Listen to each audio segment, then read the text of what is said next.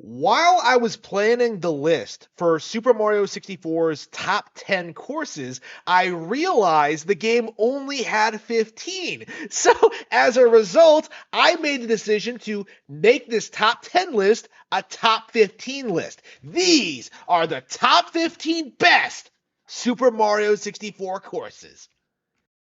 Back in the day, I hated Tiny Huge Island for one very specific reason. I did not like the giant fish. The giant fish is actually big enough to eat you. And being someone who's terrified of fish, I of course despise that. I don't know what is with all these old Nintendo games that like cater to that specific phobia, but that that happened in Yoshi's Island and it happened here. But whereas like, that Yoshi's Island kind of has this feeling of like, yeah, it's a well-made, interesting level with a unique enemy that, I really, really enjoy. Tiny Huge Island really doesn't have anything going for it. It is everything wrong with a gimmick level in this kind of game. Like, you find yourself like running around both maps, trying to figure out where to go, what you're supposed to do, what you're supposed to accomplish, and usually it's just tedious, especially if you don't know what you're doing. Even after you know everything you're doing, I find myself like dreading coming back here. It's just so tedious to navigate. Like the course is just not well designed. The gimmick of being like, oh, it's big and small, like you can switch between them. It doesn't result in anything interesting. Like the puzzles aren't fun, they aren't innovative, they don't really lead a lot lead to a lot of interesting situations. And like above all, I think a lot of times you don't even really need to switch between the two courses. So the course's one gimmick, like is just kind of lost in the fact that like, well, by necessity, you're going to be spending the majority of your time in one or the other, simply to get to your destination. Honestly, like it's just there isn't anything interesting about the stage. It's not memorable or interesting or fun. It easily hit the bottom of the list for me. Number 14 is Tick Tock Clock. Man, I am not a fan of this stage. By the way, I just noticed number 14 is actually course number 14, Tick Tock Clock. So I am not a fan of this stage, really for one specific reason. I don't like the fact that essentially every time you're climbing up the clock tower in the exact same way. Now there is an interesting little gimmick here where like the speed of the gears changes depending on like where the hands are where you enter the clock. And it is like an interesting little secret to figure out because it's not like one of those intuitive things that you'll just kind of realize until you've been to the stage several times. But like outside of that, and outside the fact this is probably has the best platforming of any 3D any stage in the game. Like pure platforming wise, this is like an amazing level. Like when it comes to like the general like, feeling of Super Mario 64 of like that feeling of openness and like exploration and going around and like trying to solve like all these wild puzzles, like Tick Tock Clock really suffers. There are certain there are certain times where like you actually cannot get the stars if you do not set the clock to certain conditions. And it is very, very irritating to like spend like, 15, 20, 30, an hour trying to figure out like where a star is before realizing that like, oh, it's it's the clock. The clock isn't running the way it's supposed to. Like I stopped time and this gear isn't moving and I need it to move, or like it's moving too fast for me to jump on these things. Like there are when you come across that as like a kid, it's so frustrating and you have to start the stage over, and it's such a tedious level. I would not be surprised if like it's this level in particular that filters most players before like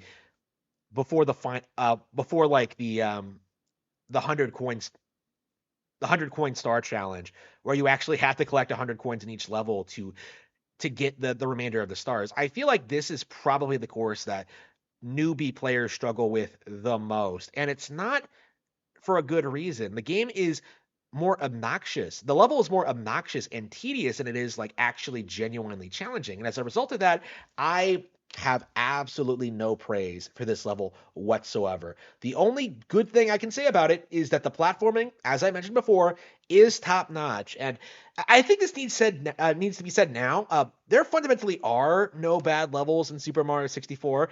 When I was composing this list, I kind of realized that even like the worst level on this list is still better than like entire games on other platforms. This is one of the best games of all time for a reason, and it goes to show you that like no matter how bad or poorly designed a level is, it still has a lot of merit. This game really is one of the all-time greats.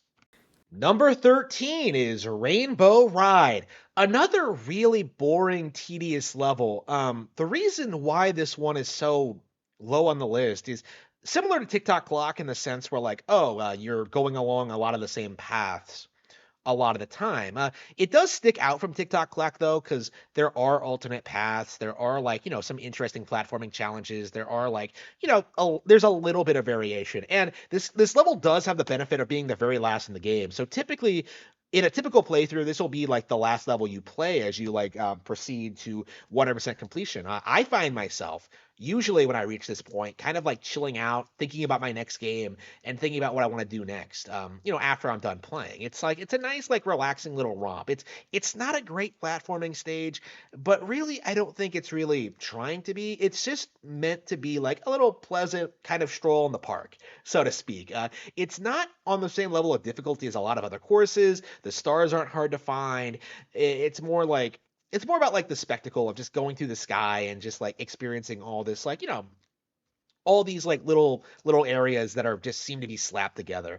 It does like it does have its merits. If it wasn't for the sheer length of a lot of these carpet rides, it very well might have made it a little bit higher on the list because the stars themselves are quite fun to get. The finale, where you shoot yourself out of a cannon and have to hit this very narrow platform, is actually quite challenging. I actually messed it up on my last playthrough.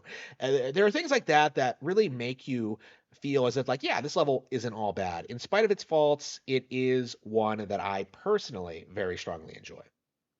Number 12 is Hazy Maze Cave. Now, I don't know if this is one of the more unpopular stages in the community, but for me personally, I really, really dislike this one. If this area didn't have, certain things going for it, specifically being so big and having so much variety in it, I would think that, maybe it would have been a little bit lower on the list. But for me personally, I I really just don't like the stage. I feel like you do go through the same areas a lot. I feel like the stars themselves are annoying. I think getting 100 stars is kind of obnoxious. Navigating the hazy maze itself is kind of annoying. The 100 coin challenge is annoying. It's the only blue coin section in the game that I regularly forget how to do properly. It's you can't see all the blue coins at once, so you end up like not planning your path properly, and it's just a mess. There are some cool highlights. You have this really cool. You have like the lake at the bottom, and you have like the metal cap hidden in the stage. But generally speaking, I just find the stage to be like remarkably unmemorable. There's just compared to like so many of the other stages in this area. Um, I just find Hazy Maze to be just a boring slog. Um, and also, it's kind of weird because because Dory, the giant sea monster floating in the lake, scared a lot of children going growing up, and I'm pretty sure I was one of them. The developer, there's a sign in the lake that specifically says that Dory can eat you, and although that doesn't seem to actually be true, like a lot of people seem to have taken it to heart. So for that reason, Hazy Maze really needs to be taken down a peg or two. This is not a very good level. Wet Dry World, if anything, is a gimmick level done right. The game features This area features a tide mechanic in which Mario can adjust the tides. And if you know what you're doing, if you know to jump into the painting higher to make the tides like rise, you can kind of set things up so that getting all the stars is quite easy. And figuring that out is quite inventive, and it comes off a lot more smooth and a lot more intuitive than the TikTok Clock one does. And above all, there's a built-in way in the level to deal with issues that might arise from the tide not being the level at where you want it to be. So there's actually room to experiment and to figure out like what tide you want to tackle certain objectives. Typically, you always want the tide to be high, but it's not figuring that out. Playing this level dozens and dozens and dozens of times, figuring that out, it takes a lot of skill and ingenuity. And I think I really value that about this stage.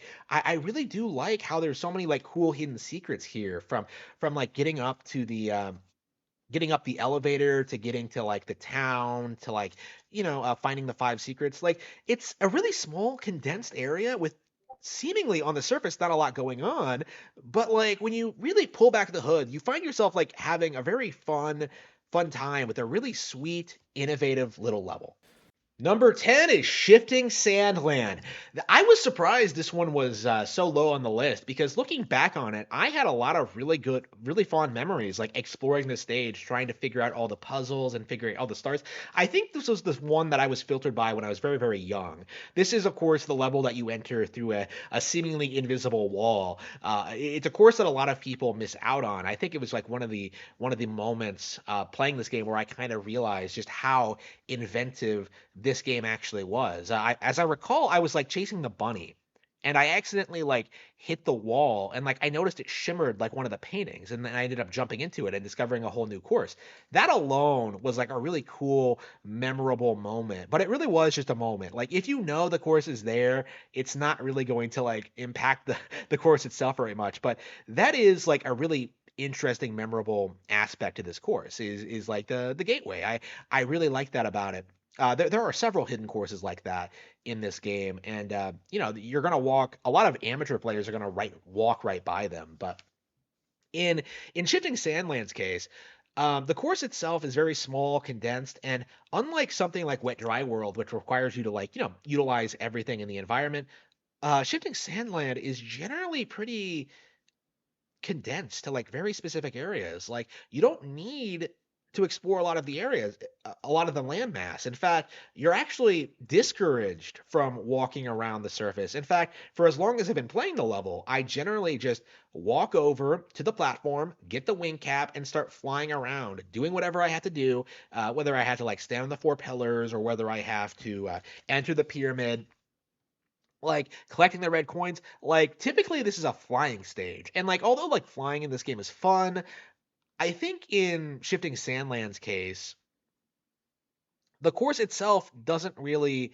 isn't really interesting. The entire thing is built around flying.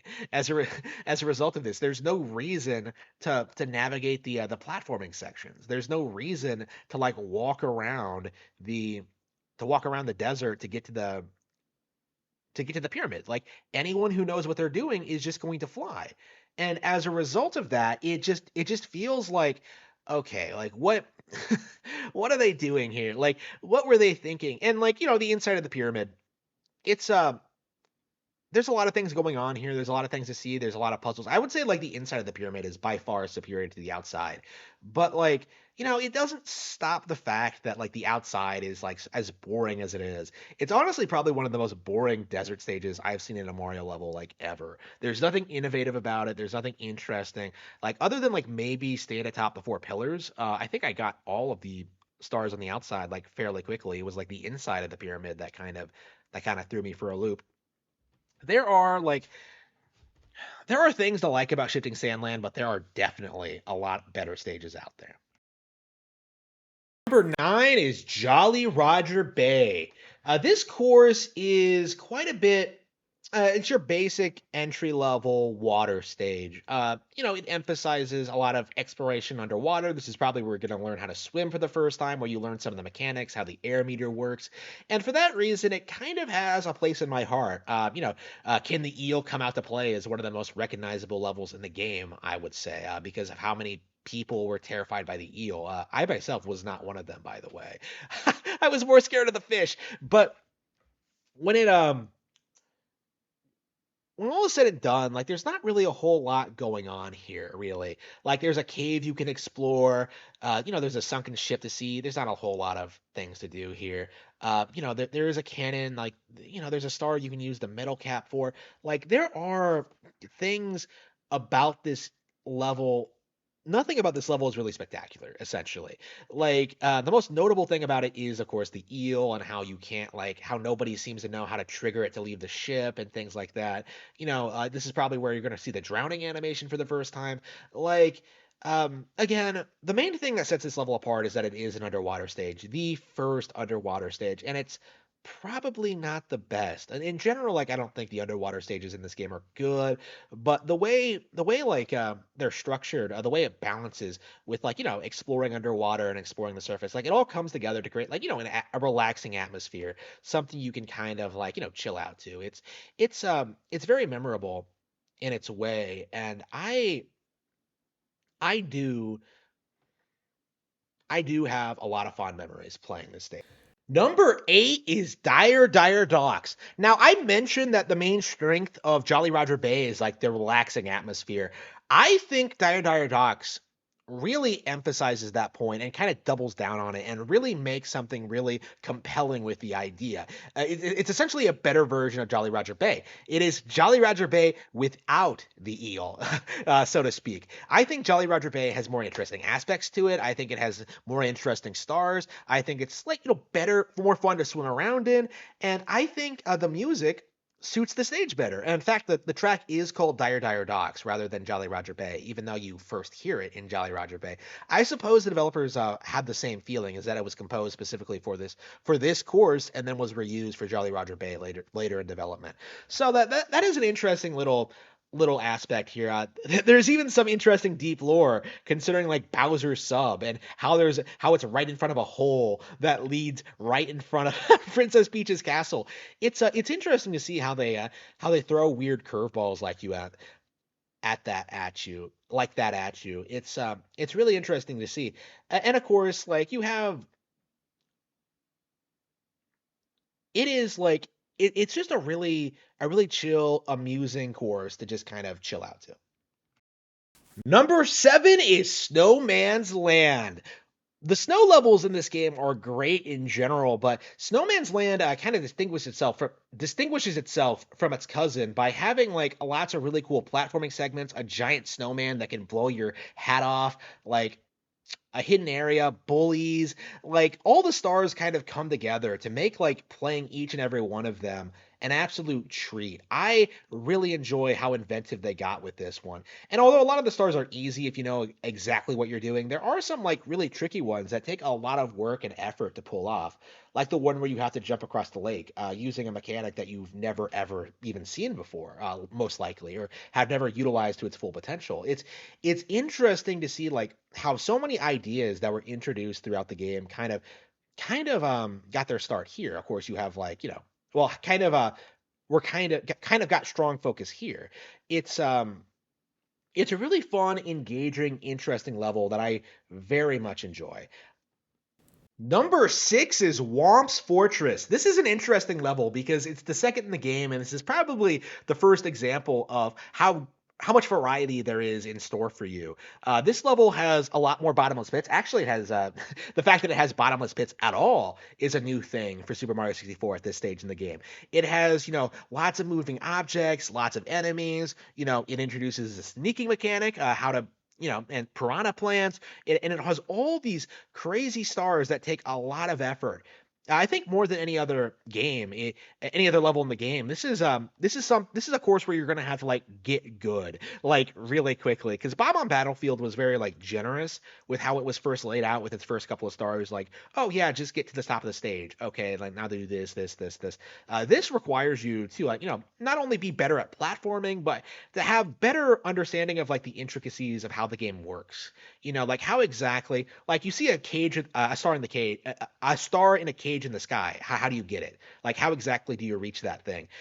You don't know. So you have to like really experiment, figure it out, and like just go through all these hoops to kind of realize that like, oh yeah, there's all sorts of ways you can get up there. Technically speaking, there's one way you're supposed to do it, but there are a handful of other alternatives. So the fact that like this level like emphasizes exploration and experimentation is a really big plus in my opinion.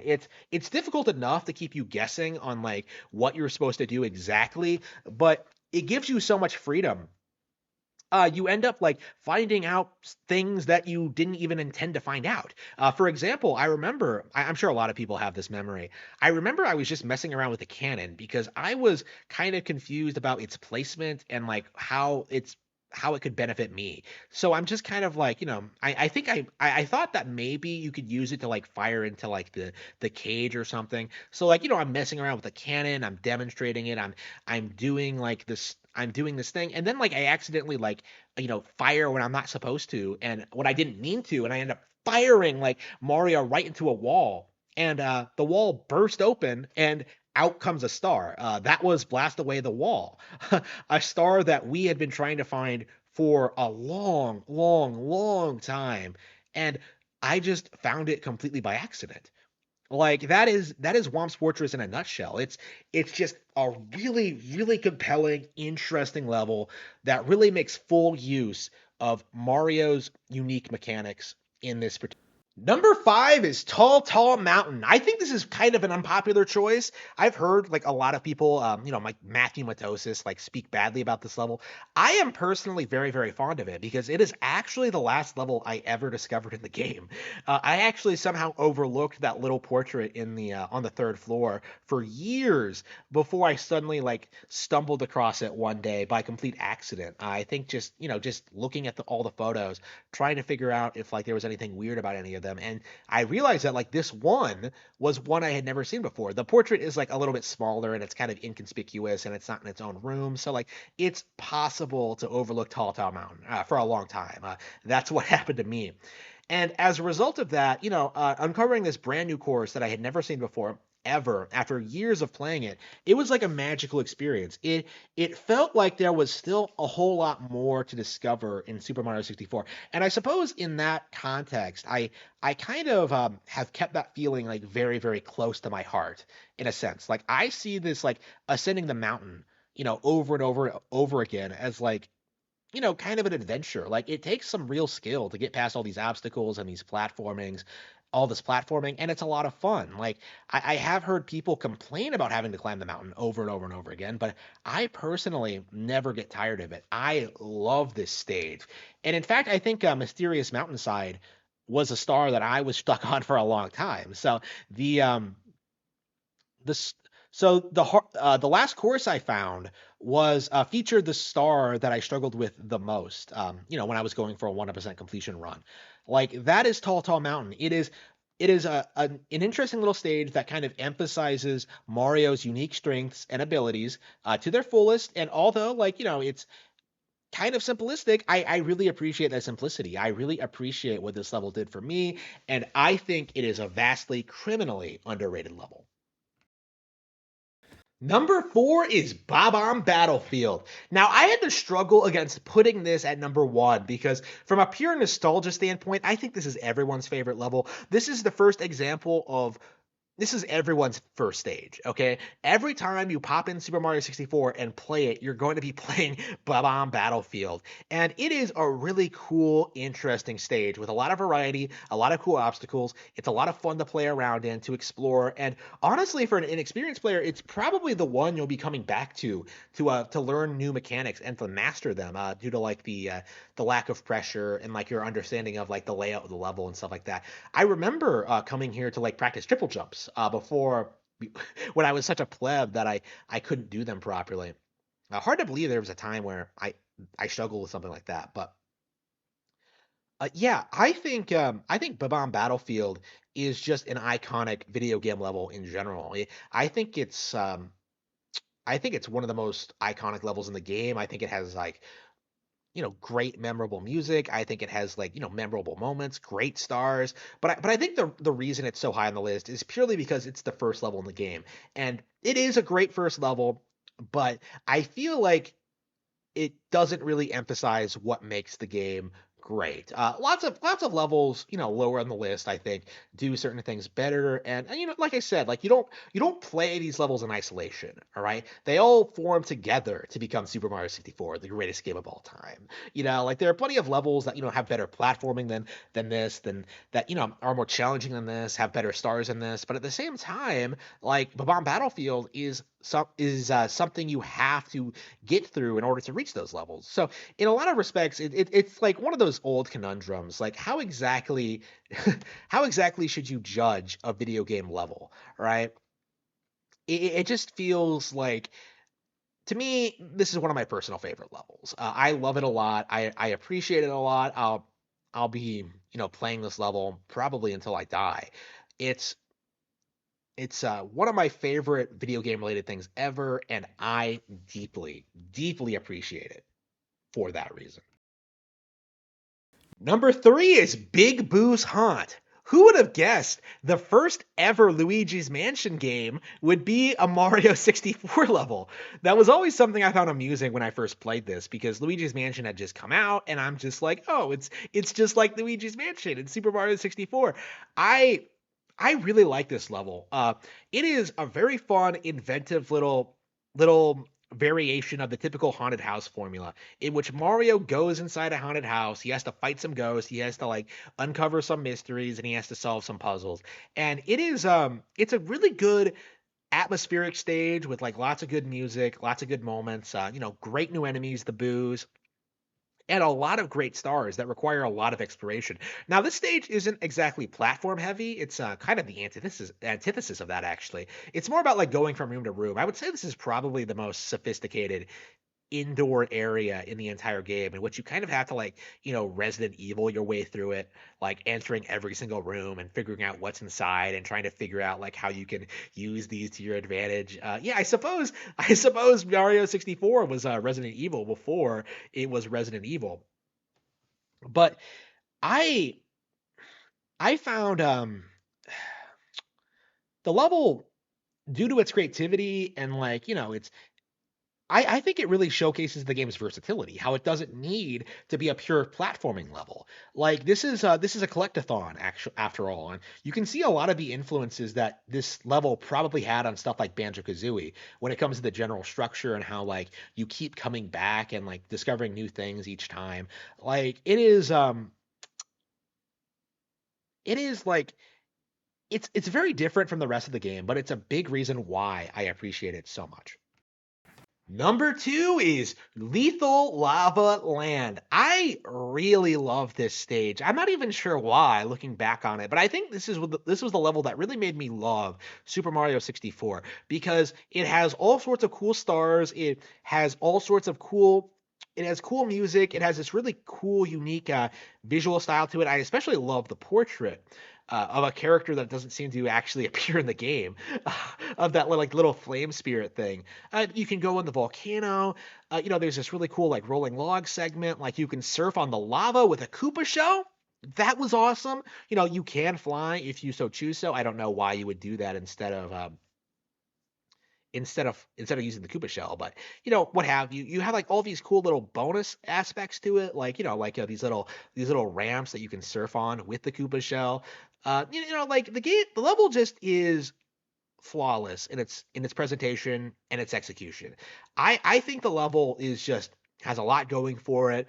It has like a lot of fun a lot of fun stars to collect. It's just fundamentally like the perfect Super Mario 64 level. There are no bad stars here. It's all just like pure gameplay from start to finish. There have been times where I've popped this game in and just done every star on the stage like over and over and over again, because it was just so much fun for me. I will never forget that experience. And the number one best Super Mario 64 stage is Super Mario 64's Cool Cool Mountain. Now, this level, I think, raises the bar when it comes to creativity, when it comes to variety, when it comes to things you can do, when it comes to like course design, and just all around just perfect game design in general. Like there's so much going on in Cool Mountain, stuff that you might not even initially notice or care about. Stuff like the hidden slide or like, how to identify the lost little penguin or getting the unlocking the cannon so you can get across the chasm so you can get the star back there. Like it all just comes together to create like the perfect Super Mario 64 level. I really don't think any other stage in this game even comes close. Like I never get tired of the slides. I never get tired of like wall jumping. Wall jumping itself, I think. Again, I always tell this story whenever I talk about this level, but this is actually, I think, the level where I felt like I mastered Super Mario 64. Not only because of like the red coins and how well spaced out they are throughout the level, but like because of the last star, in which you Mario have to like traverse this like obstacle course that's set up in a way that requires like you to learn the wall jump. Like this is a mechanic that I think most players wouldn't even know existed until this point, and you have to like learn it, right? You have to like master it if you're going to get the star. And I think like playing this for the first time, doing it over and over and over again, trying to master it and like get the timing down exactly. When you finally pulled it off, when you finally become like a master of the wall jump, actually, even after you beat the stage, you don't necessarily have mastered it yet. The mere fact that this move exists puts you a cut above other Super Mario 64 players. There are levels that come after this that require the wall jump, and this is where you're supposed to learn the technique, right? This is where you're supposed to learn how to how to wall jump, and for that reason, it's by far, I think, the level that should be mandatory for people who want to start taking this game seriously. Like this is a level that people who like want to 100% who want to 100% complete this game, who want to experience everything in it. This is a level they need to get past. And I think when they do that, they'll understand that this is a level that is a cut above the rest.